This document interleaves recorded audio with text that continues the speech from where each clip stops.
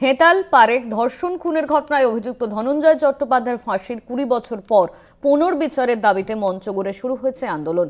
ফের মামলা শুরু করার দাবি জানানো হয়েছে। গণস্বাক্ষর সংগ্রহ করে তা পাঠানো হবে রাষ্ট্রপতির কাছে। বাঁকুড়ার ধনঞ্জয় চট্টোপাধ্যায় মামলা পুনর্বিচারের মঞ্চের তরফে এই উদ্যোগ নেওয়া হয়েছে।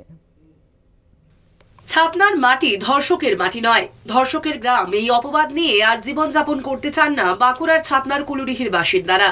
হেতাল পারেক ধর্ষণ খুনের ঘটনায় অভিযুক্ত ধনঞ্জয় চট্টোপাধ্যায় এই গ্রামের বাসিন্দা ছিলেন।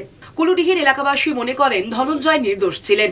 মামলা পুনরায় চালুর দাবি জানিয়ে তারা ধনঞ্জয় চট্টোপাধ্যায় মামলা পুনর্বিচার মঞ্চ গড়ে আন্দোলনে নেমেছেন। প্রকৃত বিচারের দাবিতে গণস্বাক্ষর সংগ্রহ করে রাষ্ট্রপতির কাছে মামলা পুনরায় চালুর আবেদন করবেন বলে জানিয়েছেন মঞ্চের সদস্যরা। ১৯৯০ সালের ৫ই মার্চ কলকাতায় ধর্ষণ করে খুন করা হয় হেতাল পারেককে। ঘটনায় অভিযুক্ত ধনঞ্জয় চট্টোপাধ্যায়কে ২০০৪ সালের ১৪ই আগস্ট ফাঁসি দেওয়া হয়। হেতাল পারেক হত্যাকাণ্ডে তোলপাড় হয় গোটা রাজ্য।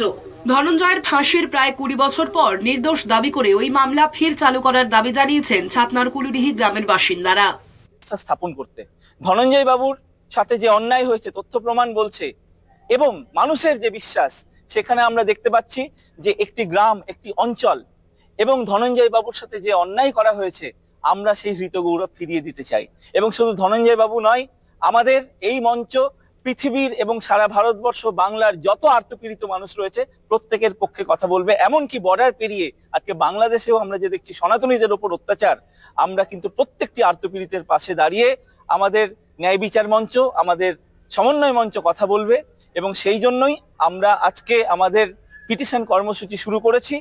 ধনঞ্জয়ের মাথায় লাগা কলঙ্ক যাতে আগামী প্রজন্মকে বয়ে বেড়াতে না হয়, তাই এই উদ্যোগ নেওয়া হয়েছে প্রতিবাদ মঞ্চের তরফ থেকে।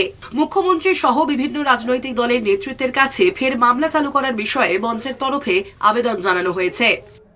ধনঞ্জয় চট্টোপাধ্যায় আমাদের কলঙ্ক, আমাদের মাথার উপরে একটা কলঙ্ক চেপে আছে, এটা ধর্ষকের মাটি, এবং পরবর্তী প্রজন্ম যাতে এই কলঙ্ক থেকে উদ্ধার পায়, তার জন্য আমাদের এই আন্দোলন চলছে।